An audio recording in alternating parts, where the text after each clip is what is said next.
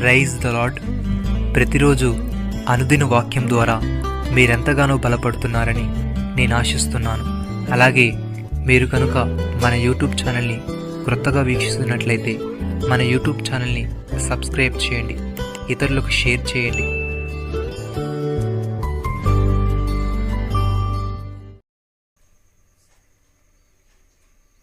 ఆకాశ మండలము నీతిని కురిపించినట్లు అంతరిక్షమా మహావర్షము వర్షింపుము. భూమి నెరలు విడిచి రక్షణ ఫలించినట్లు భూమి నీతిని మొలిపించునుగాక. యెహోవానగు నేను దానిని కలుగుజేసి ఉన్నాను. యెషయా గ్రంథము 45వ అధ్యాయము 8వ వచనము.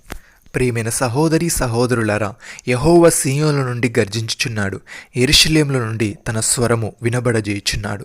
భూమి ఆకాశంలో వణుకుచున్నవి, అయితే యెహోవా తన జనులకు ఆశ్రయమగును, ఇజ్రాయేలీలకు దుర్గముగా ఉండును. అన్యులక మీదట దానిలో సంచరింపకుండా యెరూషలేము పరిశుద్ధ పట్టణముగా ఉండును. మీ దేవుడిని యెహోవాను నేనే, నాకు ప్రతిష్ఠితమగు సీయోను పర్వతమందు నివసించుచున్నానని మీరు తెలుసుకొందురు. ఆ దినమందు పర్వతముల నుండి క్రొత్త ద్రాక్షారసము పారును, కొండలలో నుండి పాలు ప్రవహించును, యూదా నదులన్నిటిలో నీళ్లు పారును. నీటి ఊట యెహోవా మందిరములో నుండి ఉబికి పారి షిత్తీము లోయను తడుపును. భక్తుడి విధంగా అంటున్నాడు, ఇజ్రాయేలు కుమారి సరిహద్దురాలను పాతించుము, దోవచూపు స్తంభములను నిలవబెట్టుము. నీవు వెళ్ళిన రాజ్యమార్గము తట్టు నీ మనసు నిలుపుకొనుము, తిరుగుము. ఈ నీ పట్టణములకు తిరిగి రమ్ము. నీవెన్నాళ్ళు ఇటు అటు తిరుగులాడుదువు. విశ్వాసఘాతుకులారా, యెహోవా ఈ దేశంలో నూతనమైన కార్యములు జరిగించుచున్నాడు. స్త్రీ పురుషుని ఆవరించును. ఇజ్రాయేలు దేవుడును సైన్యములకు అధిపతియగు యెహోవా ఇలాగు సెలవిచ్చుచున్నాడు, చెరలో నుండి నేను వారిని తిరిగి రప్పించిన తర్వాత యూదా దేశంలోను దాని పట్టణములోను జనులు నీతి క్షేత్రమా ప్రతిష్ఠిత పర్వతమా యెహోవా నిన్ను ఆశీర్వదించునుగాకను మాట ఇకను వాడుకొందురు. అలసియున్న వారి ఆశను తృప్తిపరచుదును, కృషించిన వారినందరినీ నింపుదును. కావున సేద్యము చేయువారేమి, మందలతో తిరుగులాడు వారేమి, యూదా వారందరూ పట్టణస్థులను వారి దేశంలో కాపురముందురు. ప్రియమైన సహోదరి సహోదరులారా, ఆ దినమున యెహోవా చిగురు మహిమయు భూషణమగును. ఇజ్రాయేల్లో తప్పించుకున్న వారికి భూమి పంట అత్యాస్పదముగాను శుభలక్షణముగాను ఉండును. సీయోన్లో శేషించిన వారికి, యెరూషలేములో నిలవబడిన వానికి అనగా జీవం పొందుటకై యెరూషలేములో దాఖలైన ప్రతి వానికి పరిశుద్ధుడని పేరు పెట్టుదురు. కీర్తనకారుడి విధంగా అంటున్నాడు, యెహోవా నీ కృప మాకు కనబరచుము, నీ రక్షణ మాకు దయచేయము. దేవుడైన యెహోవా సెలవిచ్చు మాటను నేను చెవినబెట్టెదను. ఆయన తన ప్రజలతోనూ తన భక్తులతోనూ శుభవచనము సెలవిచ్చును. వారు మరలా బుద్ధిహీనులు కాకుందురుగాక.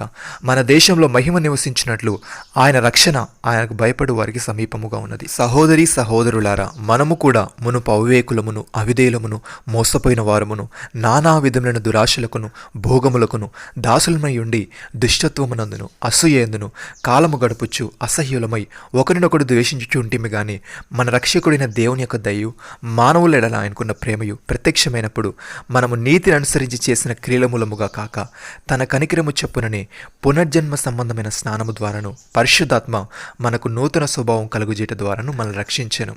మనం ఆయన కృప వలన నీతిమంతులమని తీర్చబడి నిత్యజీవమును గూర్చిన నిరీక్షణను బట్టి దానికి వారసులమగుటకై ఆ పరిశుద్ధాత్మను మన రక్షకుడిని యేసుక్రీస్తు ద్వారా ఆయన మన మీద సమృద్ధిగా కుమ్మరించెను. ప్రియమైన సహోదరి సహోదరులారా, మీరు విశ్వాసం ద్వారా కృపచేతనే రక్షింపబడి ఉన్నారు. ఇది మీ వలన కలిగినది కాదు, దేవుని వరమే. అది క్రియల వలన కలిగినది కాదు కనుక ఎవడునూ అతిశయపడ వీలు లేదు. మరియు వాటి యందు మనం నడుచుకున్న వల్లని దేవుడు ముందుగా సిద్ధపరిచిన సత్క్రియలు చేయటకై మనము క్రీస్తు యేసునందు సృష్టింపబడిన వారమై ఆయన చేసిన పని అయి ఉన్నాము. నమ్మిన వారు నాతో కలిసి ప్రార్థనలో ఏకీభవించండి. మమ్మల్ని మిక్కిలిగా ప్రేమిస్తున్న మా ప్రియ పరలోకపు తండ్రి, నీవు మాపై చూపిన కృపను బట్టి, నీవు మాకిచ్చిన రక్షణను బట్టి నీకు స్తోత్రములు తండ్రి. మేము మునుపటి ప్రవర్తన విషయంలోనైతే మోసకరమైన దురాశన వల్ల చెడిపో మా ప్రాచీన స్వభావాన్ని వదులుకొని మా చిత్తావృత్తి యందు నూతనపరచబడిన వారమై నీతియు యథార్థమైన భక్తియు గల వారమై నీ పోలికగా సృష్టింపబడిన నవీన స్వభావమును ధరించుకునే వారముగా ఉండుటకు సహాయము దయచేయమని మేము ఒకరికొకరము అవయవములమై ఉన్నాము గనుక మేము అబద్ధమాడక సత్యమై మాట్లాడే వారముగా ఉండుటకు కృపచూపమని మీరు మాకు ఇచ్చిన గొప్ప రక్షణ భాగ్యమును బట్టి మీకు వందనాలు చెల్లిస్తూ ప్రభువైన యేసుక్రీస్తు నామములో ప్రార్థిస్తున్నాము తండ్రి. ఆమేన్.